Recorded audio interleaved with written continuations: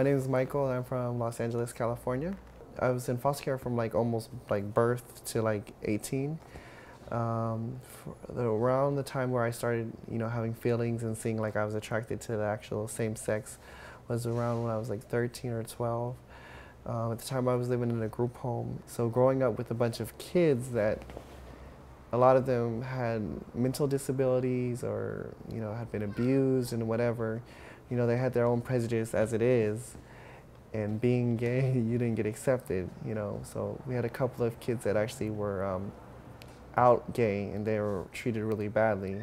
So I just kept my sexual identity to myself and faking I dated girls or said I did and, just kept it to that.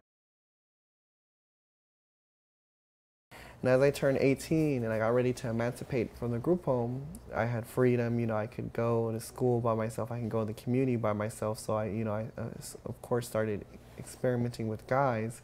And I guess my friends, my quote unquote friends that I knew started noticing a difference, and they would make jokes with me saying, oh, you're gay or you're queer or you're this and that.